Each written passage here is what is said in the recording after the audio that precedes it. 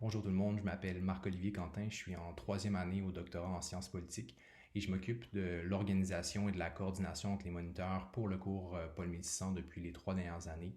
Dans le cadre de mes recherches, je m'intéresse principalement aux guerres civiles et aux processus autant sociologiques que psychologiques au travers desquels les combattants rebelles en viennent à cibler les populations civiles. L'objectif de cette vidéo, c'est d'utiliser les principaux concepts de la théorie réaliste pour analyser les deux plus grandes guerres qui ont marqué le 20e siècle, à savoir la Première et la Deuxième Guerre mondiale. Et plus précisément, on va utiliser le concept de dilemme de sécurité pour comprendre la Première Guerre mondiale et la notion de underbalancing ou de sous-équilibrage pour examiner la Seconde Guerre mondiale.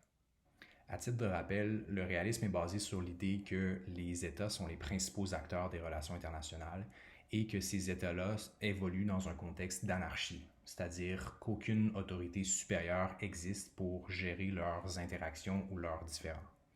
Contrairement à ce qui se passe à l'intérieur d'un État où on peut, par exemple, appeler le 911 si un crime est commis ou une bagarre éclate, il n'y a effectivement pas de police qu'on peut appeler ou de gouvernement central qu'on peut interpeller au niveau international. Ce qui fait en sorte que les États peuvent seulement compter sur eux-mêmes pour assurer leur survie et leur sécurité. Selon les réalistes, les principes d'action qui dominent dans les relations internationales, c'est donc l'autosuffisance et le chacun pour soi. Et tout ça fait en sorte qu'il y a toujours une certaine incertitude qui règne dans les interactions entre les États et que la guerre est une possibilité qui est toujours présente. Comme vous avez pu le lire dans le manuel, il y a différentes branches qui existent au sein du réalisme. D'abord, il y a le réalisme classique qui met l'accent sur la nature humaine pour expliquer les actions des États au sein du système international. Comme on va le voir, il y a aussi le réalisme néoclassique qui se tourne plutôt vers des facteurs à l'intérieur des États, comme les institutions politiques, les perceptions ou les processus de décision des leaders politiques. Mais la branche la plus influente du réalisme, c'est sans aucun doute le néoréalisme. Et on appelle souvent cette approche-là ou cette branche-là le réalisme structurel parce qu'elle suggère que c'est principalement la structure anarchique du système international qui détermine les actions et les interactions entre les États. Et au sein du néoréalisme, il y a deux sous-branches principales qui ont des visions opposées par rapport à ce qui constitue l'objectif ultime des États. D'abord, il y a le réalisme offensif qui suggère que dans ce contexte anarchique-là, le principal objectif des États devient l'accumulation de la puissance et la domination à travers l'atteinte de l'hégémonie. Et la principale raison pour laquelle les États s'adonnent à cette maximisation du pouvoir-là, c'est qu'ils ne peuvent jamais être certains par rapport à la nature des intentions des autres États. Donc, selon les réalistes offensifs, la structure anarchique du système international encourage les comportements qui sont agressifs et expansionnistes. L'autre sous-branche du néoréalisme, le réalisme défensif, suggère plutôt que la priorité numéro un des États, c'est la survie, ce qui fait en sorte que les États vont avoir tendance à privilégier des politiques et des comportements modérés.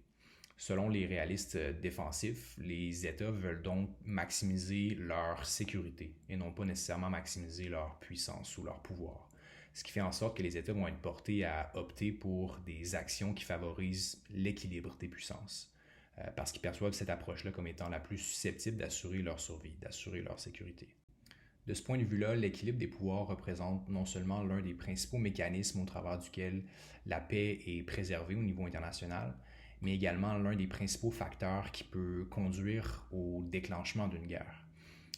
Selon les réalistes, lorsque cet équilibre des pouvoirs-là est perturbé ou lorsqu'une puissance renforce sa position de pouvoir de manière disproportionnée, la guerre devient très probable.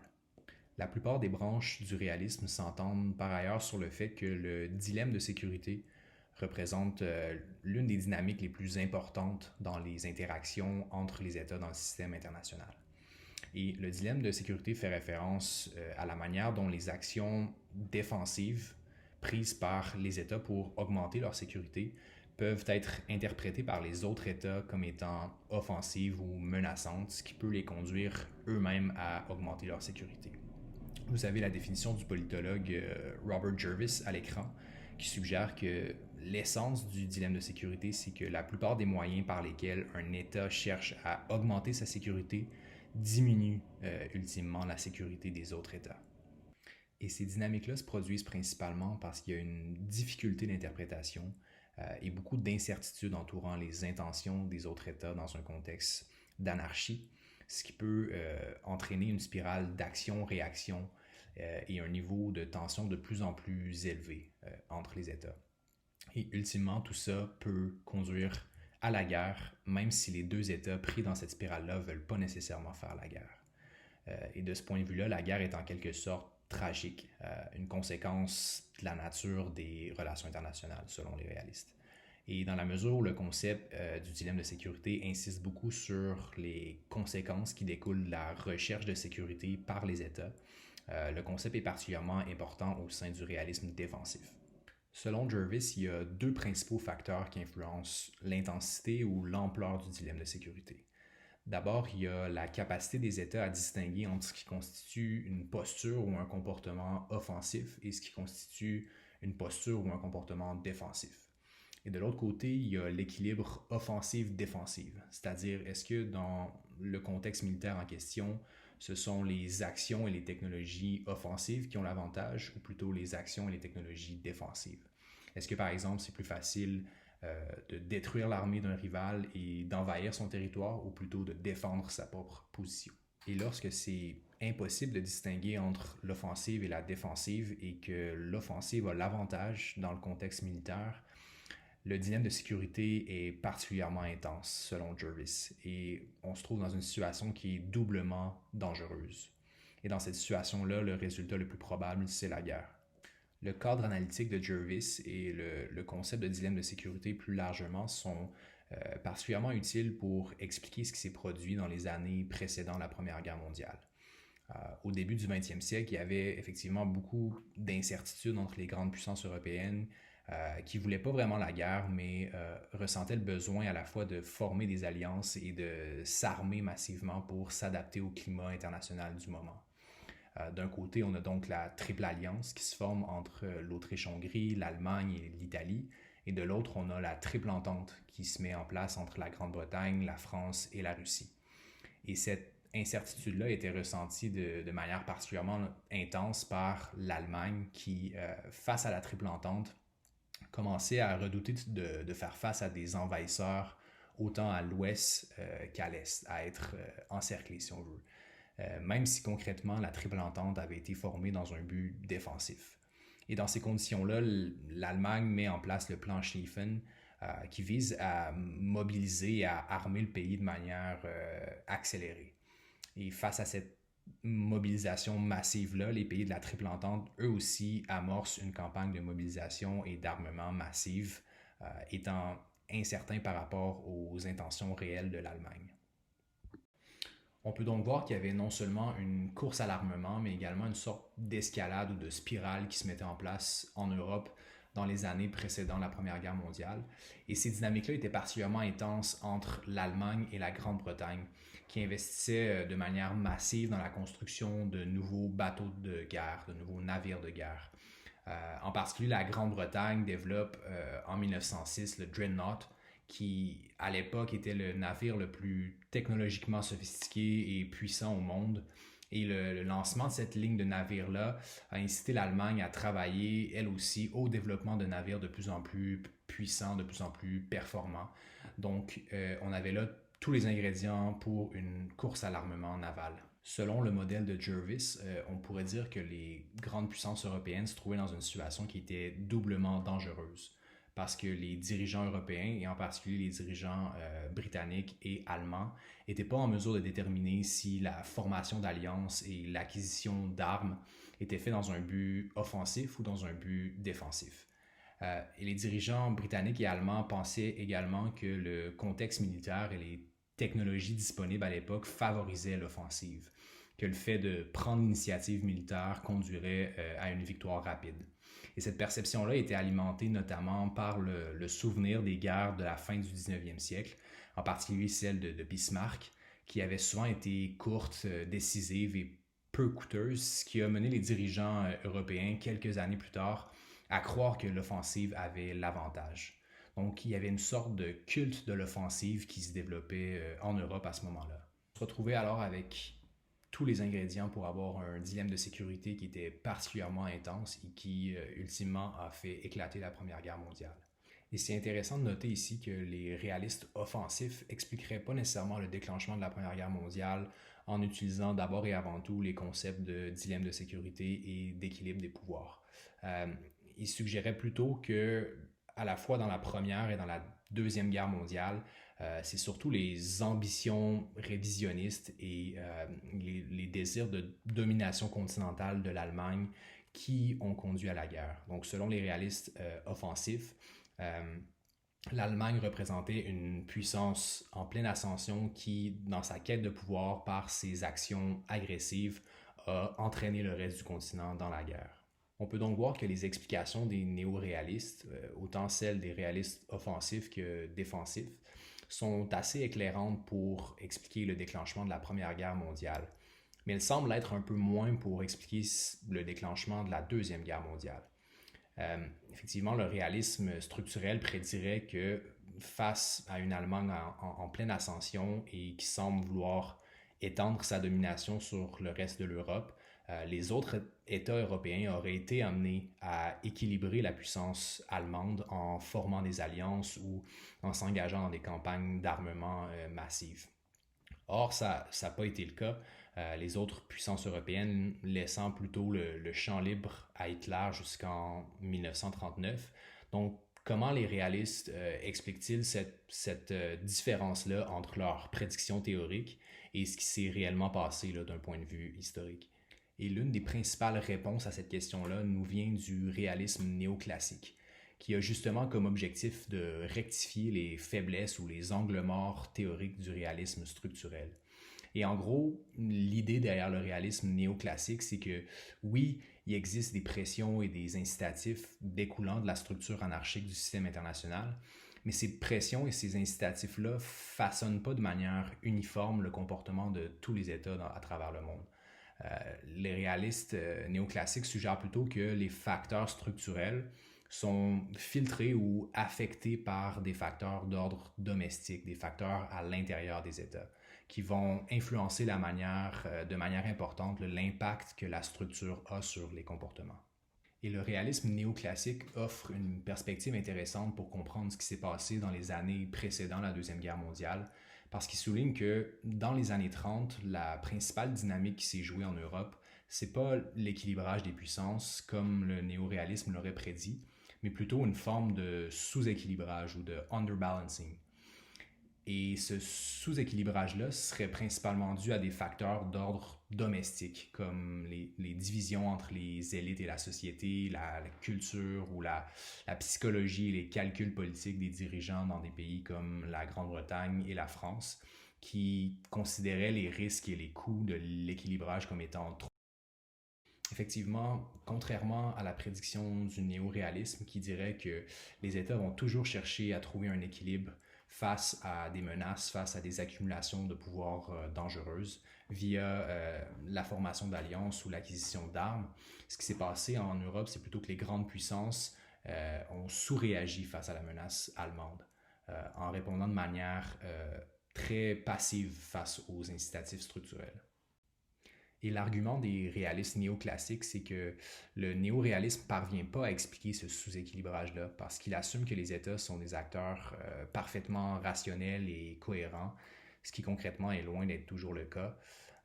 Dans certains cas, par exemple, les États et les dirigeants politiques peuvent percevoir de manière inadéquate les intentions d'une puissance rivale comme étant plus pacifiques qu'elles le sont en réalité, ou dans d'autres cas, ils peuvent percevoir la menace correctement, mais adopter des politiques qui sont trop prudentes ou inadaptées pour des raisons de politique interne.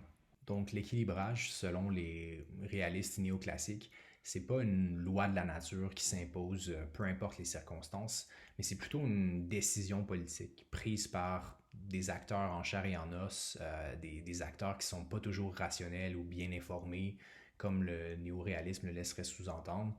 Et ces acteurs-là évaluent les coûts domestiques qui pourraient découler de l'équilibrage. en considérant toutes les autres actions possibles, incluant l'inaction, l'apaisement, etc. Les réalistes néoclassiques remettent donc en question l'argument des réalistes structurels selon lequel les pressions et les incitatifs structurels sont le principal déterminant des comportements des États. Ils suggèrent plutôt que pour des raisons liées au contexte ou aux institutions politiques domestiques ou aux biais ou aux calculs coût-bénéfice des dirigeants au pouvoir, les États peuvent parfois sous-réagir face à des pressions ou des menaces structurelles. Pour illustrer comment cette grille d'analyse-là est utile pour expliquer la Deuxième Guerre mondiale, on peut s'intéresser à la Grande-Bretagne de l'entre-deux-guerres, dans la mesure où c'est un exemple particulièrement illustratif de stratégie d'adaptation ou d'ajustement plus ou moins efficace et de comportement particulièrement passif face à une menace externe de plus en plus intense. Contrairement aux années juste avant la Première Guerre mondiale, où les dirigeants britanniques avaient adopté une approche très axée sur le principe de l'équilibre des pouvoirs, la politique étrangère de la Grande-Bretagne dans l'entre-deux-guerres était plutôt basée sur l'apaisement et une forme d'inaction face à la menace que représentait l'Allemagne nazie tout au long des années 30. Mais dans la perspective néo-réaliste, l'approche rationnelle pour la Grande-Bretagne aurait été de lancer une guerre préventive contre l'Allemagne. Les réalistes néoclassiques suggèrent plutôt que l'une des principales raisons pour laquelle la Grande-Bretagne a fait du sous-équilibrage plutôt que de l'équilibrage durant les années 30, c'est que le pays avait ni la capacité ni la volonté d'équilibrer. D'un côté, il y avait un manque de cohésion parmi les élites britanniques et un consensus en faveur de l'apaisement, ce qui compromettait la volonté des dirigeants d'équilibrer.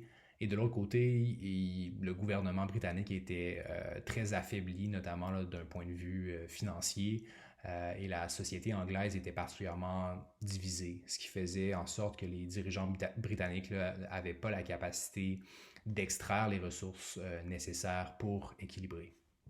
Contrairement aux années précédant la Première Guerre mondiale, la Grande-Bretagne s'est donc pas tournée vers la formation d'alliances ou vers une campagne d'armement massive, mais a plutôt sous-réagi et a adopté une posture beaucoup plus passive en prenant une série de décisions qui démontraient, si on veut, sa sous-évaluation de l'ampleur de la menace allemande. Et l'exemple le plus frappant de la sous-réaction britannique, c'est probablement les accords de Munich de 1938 qui ont été signés à la suite d'une conférence qui réunissait l'Allemagne, la France, le Royaume-Uni et l'Italie. Et cette conférence-là avait comme objectif principal de régler la crise des Sudètes, qui était un conflit entre Berlin et Prague à propos du statut et de la potentielle annexion de la région germanophone des Sudètes à l'Allemagne. Et les historiens considèrent généralement que les accords qui ont été signés à Munich, notamment par Neville Chamberlain, le premier ministre britannique, ont, si on veut, indirectement causé la mort de la Tchécoslovaquie, dans la mesure où Hitler a perçu les tentatives d'apaisement de la Grande-Bretagne et de la France comme un signe de faiblesse, comme un chèque en blanc, si on veut, pour envahir ces régions-là quelques mois plus tard. Donc, dans une certaine mesure, la sous-réaction ou le sous-équilibrage de la Grande-Bretagne et de la France ont servi de catalyste au début de la Seconde Guerre mondiale. Donc, on peut voir que les principaux concepts utilisés par les différentes branches du réalisme sont assez utiles pour comprendre, pour analyser les deux plus grandes guerres du 20e siècle. Et dans une certaine mesure, ces concepts-là sont également utiles pour expliquer certains enjeux et certaines dynamiques dans la politique mondiale contemporaine. L'équilibre des puissances, par exemple, pourrait expliquer l'intervention de la Turquie, la Russie, l'Iran et les différents pays européens de chaque côté du conflit syrien, dans la mesure où ces différents pays-là ne veulent pas qu'une autre grande puissance ait trop d'influence dans la région. Le concept du dilemme de sécurité, lui, est particulièrement éclairant pour comprendre les relations entre les États-Unis d'un côté et la Chine ou la Corée du Nord de l'autre, ou encore les relations entre l'Arabie saoudite et l'Iran dans le Golfe Persique. Donc, malgré ses faiblesses, malgré ses limites, le réalisme demeure toujours d'actualité pour comprendre le monde d'aujourd'hui.